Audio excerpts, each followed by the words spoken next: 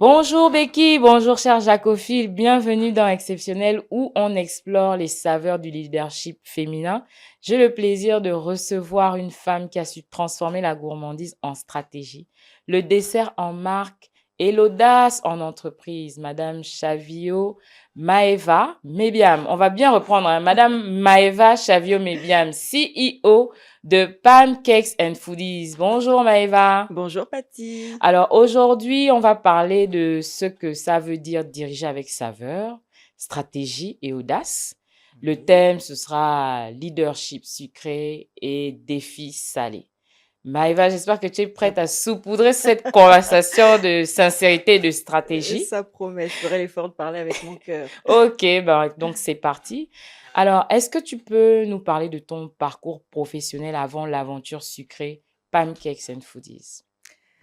Merci Patty, déjà pour cette opportunité de m'exprimer sur Jaco FM. Mhm. Moi, j'ai un profil on dirait, d'économiste et financière à la fois. Donc, j'ai fait mes études supérieures en France, à Lyon principalement, où j'ai eu un master en conseil en stratégie et un double master spécialisé en finance d'entreprise. Donc, une fois que j'ai terminé mes études, j'ai cumulé quelques petites années d'expérience en France. D'accord. J'ai travaillé dans la fusion-acquisition, j'ai travaillé dans la gestion de portefeuille de grosses Mhm. fortunes françaises. Wow. Et je suis rentrée à Libreville où j'ai été cooptée par une banque gabonaise à un poste de direction Ouais, dans laquelle j'ai passé 7 ouais, ouais. longues années intéressantes, remplies de défis, de challenges, mais aussi au bout desquels j'ai commencé à ressentir un manque d'épanouissement. D'accord. Et ce qui a été la raison principale pour moi, en fait, d'opter pour un revirement à 360 degrés D'accord. Non, tu vas nous en de... dire un peu plus ça. Voilà. Faut nous garder ça. Mais moi, j'ai une question. Ok.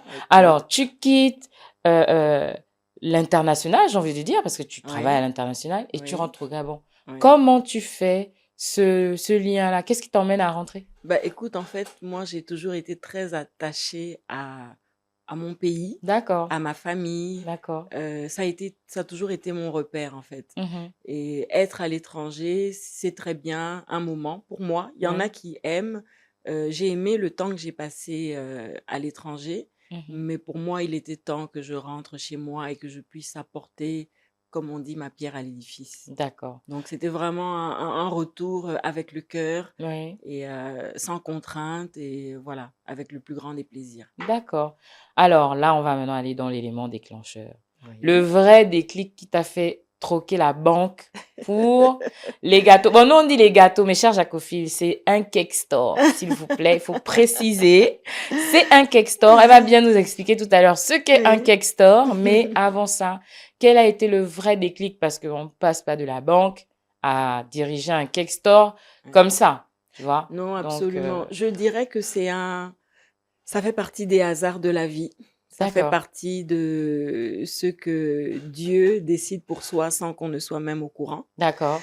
Et ça tombait bien, en fait. C'était une période, comme je disais, pendant laquelle j'avais besoin de sortir de ce que j'avais toujours fait, de Mhm. sortir de ce moule dans lequel la société vous trouve bien, trouve que Une sorte vous de zone remplissez, voilà, de de confort, confort. vous remplissez toutes les cases et tout se Mm, passe pour le mieux, bien entendu.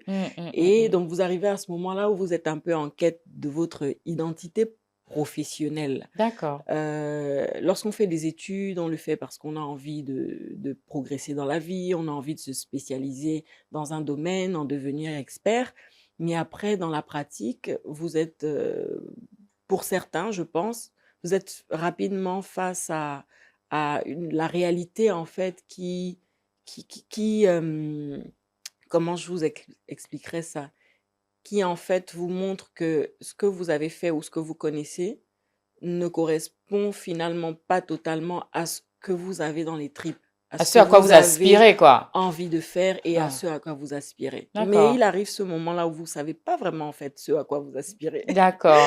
Et c'est D'accord. cette interrogation-là qui vous trotte dans la tête et qui vous ronge. Et à un moment, vous vous dites, bon, j'arrête ce que je fais parce que je sens bien que je ne suis plus bien à l'aise dans mes bottes Mmh. et je vais rechercher ce pourquoi finalement j'ai été créée. D'accord. Et c'est dans cette quête-là de voilà, en quoi je peux être utile au monde, qu'est-ce qui correspond à ma personnalité, qu'est-ce que j'ai envie de faire, que par le plus grand des hasards, j'ai donc ma sœur aînée, D'accord. Pamela, Oui. qui traverse aussi une période de remise en question dans sa vie et se met à pâtisser chez elle, D'accord. à domicile. Et donc, on est très proches, très liés, on a une relation très fusionnelle et je Mmh. suis donc à ses côtés et je lui dis: «Mais c'est quand même extraordinairement bon ce que tu fais». D'autant plus elle était totalement autodidacte à cette période et D'accord. je lui dis: «Mais c'est pas possible, tu peux pas faire des merveilles dans ta cuisine et ne pas les faire découvrir au Bien monde. sûr, bien sûr. Le monde t'attend». Mais heureusement! Et ça commence comme ça, en fait, je suis là un peu pour l'aider D'accord. à, se faire connaître. Mmh Donc, mh. le jour même, je crée une page Facebook, D'accord. et je lui annonce, elle ne choisit rien, elle ne décide rien. Je lui dis: «Écoute, j'ai créé une page Facebook qui s'appelle Pamcakes et Et on va vendre tes gâteaux». Elle me dit: «Quoi? Comment ça?» «Bah, non, non, non, non, non, moi je fais ça pour la pour la famille, je fais ça famille. pour le plaisir».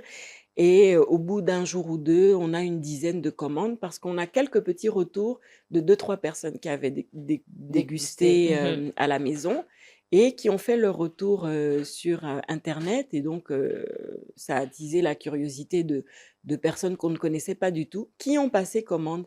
Alors là, se poser la question: «Bon, comment on fait finalement? Bah oui. Comment on gère ces commandes? Ouh là là, si on vend des gâteaux, il faut acheter des boîtes, il faut du un packaging, il faut» enfin vraiment, c'est sur le coup qu'on a commencé à se poser les questions: «Mais comment est-ce qu'on va gérer ça?» Bon, c'est juste une dizaine de gâteaux à livrer dans une dizaine de jours, ça devrait aller, il y a pas à se faire. Donc on achète un petit matériel et on commence à réaliser ces commandes-là et moi, je viens tous les jours chez elle, je prends en photo tout ce qu'elle fait, tout le processus D'accord. du début de la création de la pâte à la À la fin. fin, à la sortie du gâteau et je poste les photos sur Facebook et il y a vraiment, un Un engouement, engouement quoi. Ouais. autour des images, autour de: «Ah tiens, ça ressemble pas à ce qu'on a l'habitude de voir. Mmh. Ce sont des gâteaux». Il y a des gens qui demandent: «C'est vraiment fait ici?» et tout ça. Mais je vous avoue vraiment qu'au début, ça ressemblait pas à ce que ça ressemble à ce à quoi ça ressemble aujourd'hui. Bah, tu nous en diras un Donc peu plus. c'était vraiment on tâtonnait au début, Mmh, mmh mais mh. c'est vrai que le goût y était déjà Oui. et c'est comme ça que l'aventure a commencé, au bout de quelques mois, on s'est lancé dans la production de bûches de Noël parce que c'était à quelques mois de De Noël et Noël. on s'est dit: «Tiens, on va faire des bûches de Noël» et comme ça D'accord. et cette première année-là, on a vendu 80 bûches. Waouh! Donc c'était vraiment, inattendu. Oui, On a un dû exploit. acheter, du matériel encore plus professionnel Mmh. pour stocker tout ça, pour, créer tout ça et ma sœur a cette âme créatrice, donc elle a créé, en fait, toutes les saveurs de pancakes qu'on D'accord. a aujourd'hui. Ce sont des créations totales, inspirées bien sûr de recettes qui existent, mais revisitées par elle et d'autres qui ont été créées, totalement, voilà, par son esprit, Ça je dirais marche. et voilà Et comment ça a commencé. waouh! Et mais quelle a été la réaction de ton entourage, face à cette décision? Parce que tu quittes un environnement, j'ai envie de dire, sécurisé Sécurisé, tout à et fait. tu te lances dans l'entrepreneuriat. Est-ce que tu as eu l'assentiment de tes proches ou pas du tout? Alors au début, ça a été très compliqué, je dirais, pas vraiment, Mmh. parce qu'il y en a qui se disaient: «Bon, c'est juste, Un un délire, délire, ça va ça va lui durer passer. quelques mois, elle va continuer ses recherches d'emploi», D'emploi, parce qu'il faut bien qu'elle trouve un un emploi. emploi. Elle ne va pas, laisser, un poste de haut cadre dans la banque pour faire des gâteaux à domicile Oui. et faire, une dizaine de gâteaux, non, non, non, c'est pas possible. Mmh. Donc mes plus proches s'attendaient à ce que ça dure un temps. Mmh. C'était une petite passion à côté, un hobby, mais que je devais avoir un emploi fixe, dans un bureau quelque Ouais. part, et voilà, très rapidement. Oui, oui, oui, Et oui, oui. là, c'était le la grande surprise, parce que les mois avançaient et en fait, je ne recherchais pas du tout de travail. Non. Au début, je répondais: «Oui, oui, oui, j'ai envoyé des CV. Oui, j'ai été contactée, j'ai des quelques entretiens à passer», mais en fait, non. Je n'envoyais aucun CV parce que je ressentais vraiment l'envie de piloter ma vie toute seule et de voir là où ça devait me mener.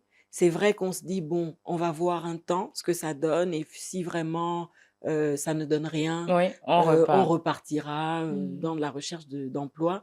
Mais en fait, non, ça a été le début d'une longue histoire d'amour qui continue à ce jour. Et qu'on vous souhaite encore plus longue. Mais, j'aime bien ce que tu viens de dire parce que c'est comment tu as vécu justement ce moment-là? Parce que finalement, dans ce que tu dis, je ressens que en vérité, on veut nous mettre dans des clichés, Ouais, c'est-à-dire le travail, c'est que au bureau. voilà, Donc si tu n'es exactement. pas dans un bureau, Ouais. tu ne travailles pas. Oui et tu n'es pas Et tu pris n'es au pas prise au sérieux. voilà, tu n'es pas pris au Exactement, tu sérieux. n'es pas Tu es même limite pas considéré. Comment tout à toi, fait. tu as fait pour dépasser parce que c'est quand même une certaine charge mentale, hein, Oui, faut qu'on se le dise. absolument, On le dit pas assez, absolument, mais c'est une oui. charge mentale que finalement notre entourage nous fait porter Mmh. et ça m'intéresse de savoir comment toi tu as fait pour relever ce défi-là?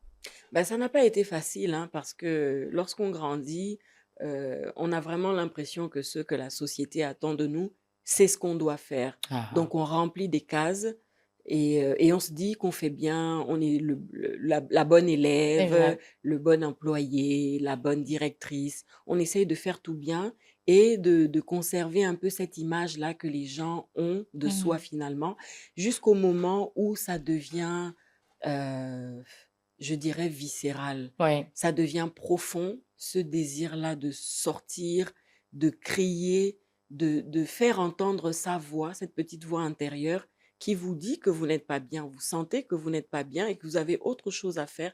Donc vous cherchez et puis vous dites: «Bon, finalement, c'est ma vie Oui, et personne ne la vivra pour moi». on en a Et qu'une seule. on n'en a qu'une seule et qu'il faut absolument que je trouve comment me sentir le mieux possible, bah, dans ce corps-là qui est mon véhicule Vraiment. et de trouver comment je peux impacter ma autour de moi, comment je peux être cette même personne Mmh. finalement, Oui. mais qui fait autre chose, qui fait ce qu'on n'attend pas d'elle, mais qui reste tout de même dans les valeurs qu'elle a toujours, incarnées, dans l'image qu'elle a toujours projetée, mais pour soi finalement. D'accord. Et c'est ce qu'il faut comprendre, c'est que la vie, on la vit d'abord pour soi avant de la vivre pour les autres. Parfait, Charles Jacofil, retenez que la vie, on la vit d'abord pour soi avant de vivre pour les autres. Ouais. Mais si tu devais, on va détendre un peu l'atmosphère, Oui. si tu devais choisir un ingrédient pour te définir comme leader, ce serait lequel? Voilà, question pas facile. Un ingrédient pour me définir comme leader. Oui, Je dirais que je suis à l'écoute. d'accord. Parce que parfois, on se dit que le leader, c'est le bon patron, Mhm. c'est le bon dirigeant. Mais je dirais que je ne suis pas du tout d'accord avec cette façon de voir. Le leader, c'est celui qui arrive à influencer Oui. en proposant sa vision Mhm. et qui arrive à obtenir L'adhésion. l'adhésion de ceux qui l'entourent. Et D'accord. c'est ce que je fais au quotidien, aussi bien dans mon entreprise que dans ma vie sociale. Je suis toujours force de proposition, en espérant bien sûr qu'on m'écoute et qu'on me suive, mais j'écoute beaucoup mon entourage, j'écoute beaucoup mon environnement avant de pouvoir, fixer le cap et foncer. D'accord. Et quel est cet ingrédient-là dans votre préparation qui permet de susciter à la fois l'adhésion, qui permet que le Dans gâteau dans adhère et quand même dans Pancakes and Foodies, le oui, principal ingrédient, c'est l'amour et le cœur qu'on met dans ce qu'on fait. super. Il n'y a pas d'autre secret. Parce D'accord. que vous pouvez sous-peser le sucre, la farine, le lait et tout le reste, d'une personne à l'autre, ça n'aurait pas forcément le même goût. Tout à fait. Et je pense que c'est d'abord notre histoire à chacune Mmh. qu'on ressent dans nos gâteaux, c'est l'amour, c'est la passion. Et je reprendrai même une expression que ma sœur Pamela aime dire lorsqu'on lui demande: «Mais qu'est-ce qu'il y a dans vos gâteaux qui font qu'ils soient si différents?» Elle répond toujours qu'elle y met son âme. Waouh! Ouais. Waouh, c'est profond, hein? C'est très profond, je m'y attendais Oui. pas du tout. Quel a été ton plus grand défi dans cette aventure? Le plus grand défi, enfin, il y en a eu plusieurs, mais je dirais que le plus grand, ça a été vraiment de concilier un peu cette vie personnelle où on quittait quelque chose pour arriver dans le monde de l'entreprise parce que Au début, je disais qu'on a commencé à domicile D'accord, et le challenge, c'était, de pouvoir, répondre à une clientèle qu'on ne maîtrisait pas et de finalement créer une entreprise. d'accord. Donc passer un peu de, je dirais, l'informel Au au formel. formel. Et comment vous avez Ça fait? Vous avez été accompagnée ou vous avez ou fait ça toute seule? on s'est accompagné D'accord, d'abord, toute d'accord. seule. On a essayé de bien faire les choses. On est parti de la maison en se disant: «Bon, il faut qu'on trouve un local pour pouvoir accueillir nos clients et parallèlement, il faut qu'on crée cette entreprise-là pour qu'elle puisse être reconnue et qu'elle réponde à toutes les obligations, administratives et j'en passe». Donc il a fallu, heu, faire un peu les choses pas à l'envers, mais vraiment de façon, parallèle. En même temps, on travaillait, en même temps, il fallait se mettre, en règle, aux normes, trouver un espace, recruter du personnel. Un des défis aussi, ça a été ça. Je dirais que le personnel, en tout cas au Gabon, dans notre, écosystème, ça n'a pas été facile. Aujourd'hui, on a une équipe, d'une dizaine d'employés. Au début, on était à 2. Oui, Ça oui. change, mais pour en arriver là, ça n'a pas été facile parce qu'il faut trouver de la main-d'œuvre, je dirais, de qualité, ce qui D'accord, n'existe pas toujours. d'accord. Donc, on a dû faire avec des profils qui nous ont paru, Qui pouvait être qui malléable, pouvaient quoi? être malléables et Oui, qui répondaient vraiment à d'abord des valeurs que nous, on d'accord. incarnait Mmh, pour mmh, mmh, ensuite mmh. les former D'accord. sur l'outil et le Et le travail qu'ils travail. devaient accomplir. Ah d'accord, Donc, d'accord. ça n'a pas été facile, hein. On a jeté beaucoup de matière à la poubelle parce que J'imagine. oui et c'est surtout que nous mettons vraiment du prix, on attache du prix à la qualité de ce qu'on fait Oui. parce qu'on vend des gâteaux de qualité, en misant sur un service de qualité. En fait, c'est vraiment une expérience qu'on vend à Mmh. Pamcakes, au-delà du produit. Donc il fallait vraiment que tout concorde, tout coïncide avec, l'image, l'esprit et le produit qu'on souhaitait proposer à notre clientèle et D'accord, ça n'a pas été facile, mais avec l'aide de Dieu, on y arrive chaque jour. très bien. Et comment vous avez fait? Parce que, Pancakes, c'est j'ai envie de dire aujourd'hui, vous avez imposé votre marque. Ouais. Donc, comment vous avez fait, si vous aviez un conseil à donner à une Ouais, jeune femme qui souhaiterait créer sa marque, pas ouais. forcément dans Dans la la pâtisserie? pâtisserie, Mmh. mais comment on peut créer sa marque au Gabon? Déjà que l'univers, on a l'impression, est tellement challenging, il y a beaucoup Oui, de compétition, ouais. de concurrence. Donc, comment vous avez fait pour vous démarquer, bah, pour être cette entreprise nationale qui s'impose dans un milieu non, j'insiste, qui s'impose dans un milieu où, en réalité, quand on regarde la plupart des pâtisseries, elles sont gérées par des étrangers. C'est C'est ce vrai. qu'on voit quand même quand nous Oui, arrivons. Je ne dis oui. pas qu'il y a que ça, Bien mais sûr, bien sûr. c'est ce qu'il en ressort quand même de manière Ouais, générale. Donc, comment vous avez fait ouais. pour imposer votre marque nationale? Ben, c'est c'est pas facile de répondre à cette question parce que il n'y a pas eu une stratégie de départ qui D'accord, nous montrait ou qui disait dès le début que on arriverait à ça ou qu'on s'imposerait de telle manière. d'accord. Je l'ai dit tout à l'heure, on essaye de faire les choses avec le cœur et je pense que lorsqu'on a un produit qui reflète une certaine sincérité, ça parle à la clientèle Mmh. et nos clients, lorsqu'ils, découvrent ou dégustent, nos gâteaux, nos pâtisseries et tout ce qu'on fait, en fait, ils ont ce retour d'expérience-là qui est quasiment commun à tous. C'est ils ont l'impression de ressentir tout l'amour, tout le cœur qu'on y met et vraiment, je pense que c'est cet amour-là à la tâche qu'on met chaque jour qui fait qu'on soit ce qu'on est aujourd'hui. Avec beaucoup de rigueur, bien sûr, parce que rien ne se fait sans rigueur, mais ce qu'il faut retenir, c'est que pour créer une entreprise, on ne crée pas une entreprise juste pour le business. D'accord. C'est vraiment mon humble avis. Il y en a peut-être qui réussissent de cette façon, mais on ne crée pas une entreprise juste parce qu'on veut faire du chiffre ou parce qu'on se dit, il y a tel domaine qui marche en ce moment, ouais, on va se lancer, on va le faire. Mmh. Il faut vraiment déjà beaucoup de passion, Oui, beaucoup de cœur à l'ouvrage et une motivation inébranlable parce que lorsqu'on se lève chaque jour et qu'on fait face à des challenges, à des défis, à des difficultés, à des obstacles, oh mon Dieu, combien ils sont grands et nombreux. Le lendemain, le soir, on se dit, est-ce qu'on y arrivera demain? C'est pas possible avec ce qu'on a vécu aujourd'hui.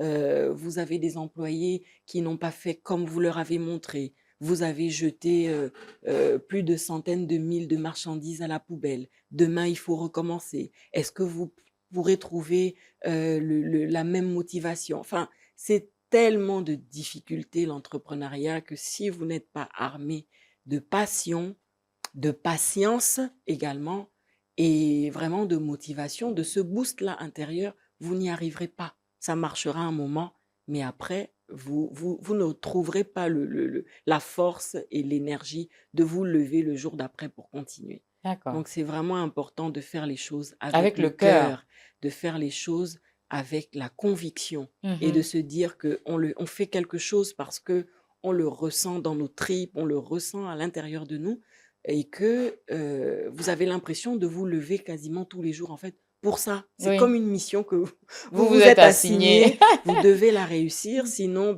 elle s'autodétruira. Tout à fait. Alors, est-ce que tu penses que la gourmandise peut être un acte de résistance? La gourmandise, un acte De de résistance. résistance. Oui, oui. Dans la société. Je dirais oui, notre entreprise en est la preuve. Voilà. C'est une Notre aventure entreprise gourmande. en est la preuve. Voilà, c'est une aventure gourmande et c'est vraiment la rencontre pour notre part, c'est la rencontre de deux passions, celle de la pâtisserie et du service, et qui a réussi à donner ce subtil mélange de création gourmande, vous invitant au voyage et Oui. de goût du fait maison, qui vous donne à chaque bouchée l'envie de revenir. D'accord. C'est ça, Pancakes and Foodies. Waouh, si le leadership était un dessert, lequel incarnerait le tien? Si le leadership était un dessert, ce serait le vanille caramel beurre salé nougatine de Pancakes and Foodies. Je vous le conseille, cher Jacophile. Le cake store est à Ngonje, mais vraiment, le vanille caramel beurre salé, on en raffole. En tout cas, moi, c'est mon Oui, préféré. c'est le préféré de 90% de notre clientèle. Donc, du coup, C'est incroyable. je vous le conseille vraiment vivement. Alors, on a toujours cette petite phrase qu'on aime bien poser, nous, à Exceptionnel. Pour toi, qu'est-ce qu'être une femme exceptionnelle? Ah, une femme exceptionnelle. Permets-moi de prendre quelques secondes pour trouver les bons mots. Une femme exceptionnelle. Pour moi, une femme exceptionnelle, c'est Patty, c'est Maëva, Merci. c'est Pamela, c'est toutes les femmes, je pense, qui arrivent à se tenir debout au quotidien. Une femme exceptionnelle, c'est une femme qui arrive à trouver en fait l'alchimie entre ce qu'elle est de façon personnelle et ce que le monde peut-être attend d'elle. C'est celle qui est à la fois forte et douce. C'est celle qui fait preuve d'ambition, mais qui est aussi bienveillante.